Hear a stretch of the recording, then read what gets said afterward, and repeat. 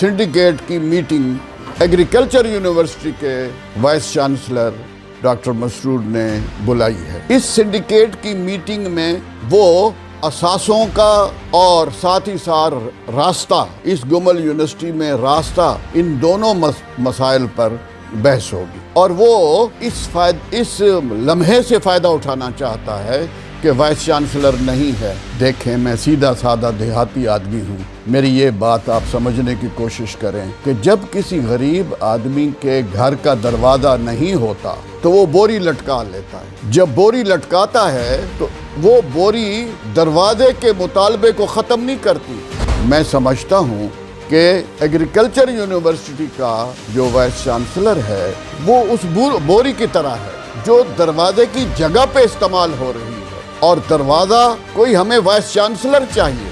अगर डॉक्टर इफ्तिखार किसी उलझन में है, किसी कानूनी मसले में है, नापसंदीदा बन गया हुआ है, तो कोई vice chancellor, competent vice chancellor, independent vice chancellor Gomal university को दिया जाए। और ये मांगे तांगे के वाइस चांसलर जो आते हैं, इनके अपने मफादात होते हैं। आज मेरी ये बात याद रखें कि एग्रीकल्चर यूनिवर्सिटी और गुमल यूनिवर्सिटी का कॉन्फ्लिक्ट ऑफ इंटरेस्ट है, मफादात का टकराव है। अब ये बिल्कुल ऐसा है कि गुमल यूनिवर्सिटी को हवाले कर दिया जाए एग्रीकल्चर यूनिवर्सिटी के, तो एग्रीकल्चर यूनिवर्सिटी तो खुद डूबती हुई यूनिवर्सिटी है, वो इस को भी साथ ले, हम तो डूबे हैं सनम, तुमको भी ले डूबेंगे। ये ठीक रवैया नहीं है। अगर पाकिस्तान के और मसाइल हैं तो आला तालीम भी एक मसला है, उसको ख़त्म किया जाना चाहिए और उसकी तरफ तवज्जो दी जानी चाहिए।